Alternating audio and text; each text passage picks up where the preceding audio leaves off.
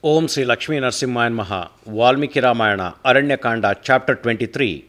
Khara reaches Rama's cottage. Summary.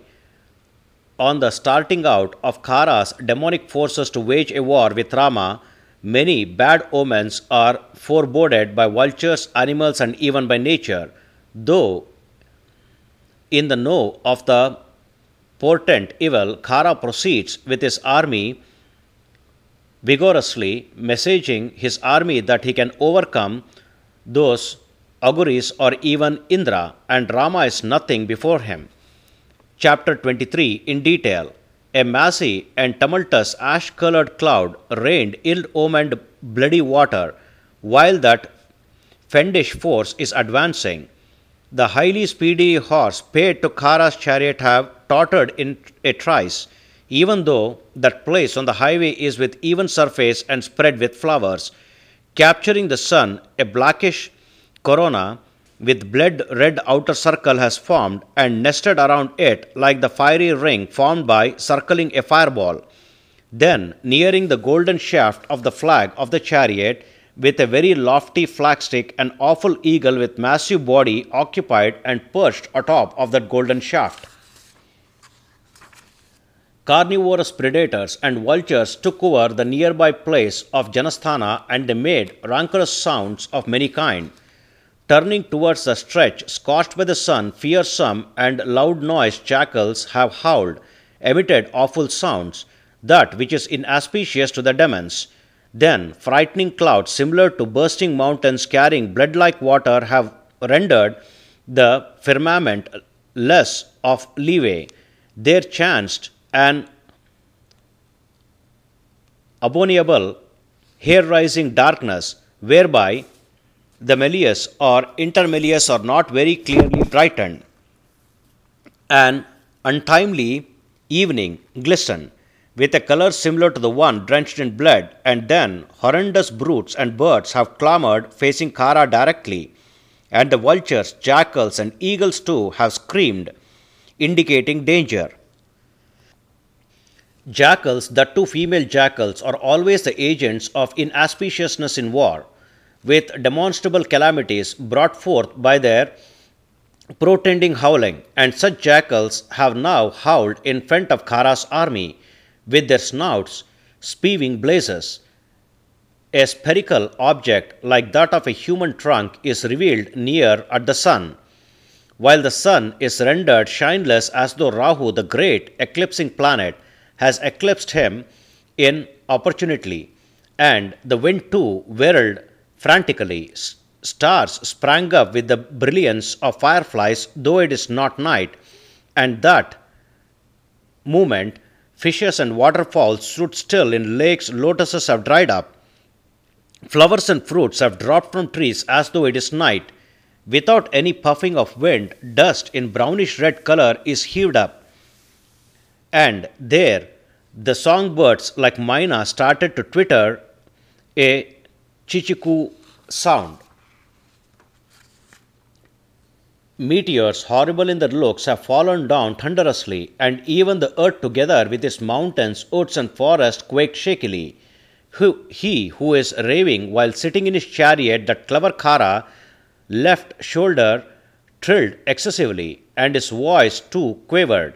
While he is seeing everywhere, his eyes spawned tears for no good reason. His forehead ached, but he did not retrace his steps, owing to his own vanity.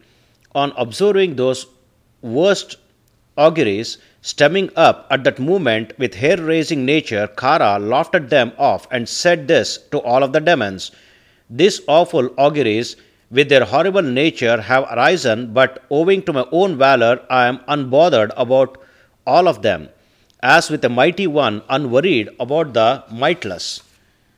With the excruciating arrows of mine I can hurtle stars from the face of sky, and if highly infuriated I can even enjoin mortality to death itself. I am reluctant to return without killing that Rama, a haughty one, by his might, together with his brother Lakshmana, with my incisive arrows, in whose respect both Rama and Lakshmana behaved Perversely, let the sister of mine be contented in drinking the blood of those two. No defeat has chanced on me in combats at any time and anywhere, that to you all is obvious, and I tell no untruth. If I am infuriated, I can eliminate even the king of gods, wielder of thunderbolt, and a trekker on Ratish elephant Airavata, namely Indra, in a war. Then why talk about these two humans? Thus Khara addressed his troops. On hearing the thundering speech of Khara, that sizable army of demons, which is tied down with the noose of death, obtained an incomparable rejoice. Then, desiring to see the war of Khara with Rama, great souls like sages, gods, Gandharvas, along with Karanas and Siddhas have come together in firmament.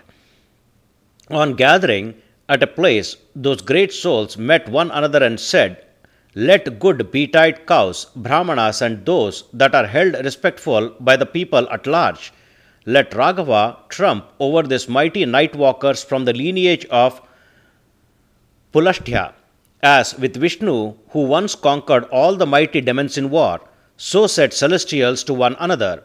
While the great sage are speaking about this and many other topics, they and the gods abiding in their aircrafts have inquisitively seen the flow of army of demons, whose longevity is now beyond hope. Khara speedily bolted in his chariot to the van of his legions, and on seeing the demon Khara going in the front, other important demons too rushed to fore. They are Shaingami,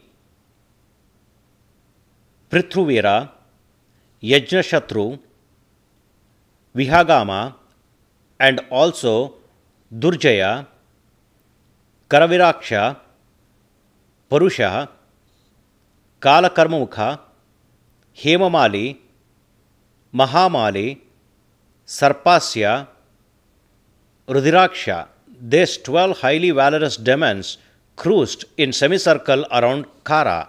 Likewise, Mahakapala, Sutalaksha, Pramathi, Trishira are the four commanders of demonic forces, and they followed Dushana marching at his behind. That army of valiant demons, which is highly execrable, infernally speedy, and readily inspirited for a battle, quickly rushed towards those two princes, Rama and Lakshmana, as though a festoon of planets would rush towards the moon and sun, so as to put them to rout. Thus, this is the 23rd chapter in Aranya Kanda of Valmiki Ramayana, the first epic poem of India. Sri Moola Rama Vijayate. Om Sri Krishnarpanamastu.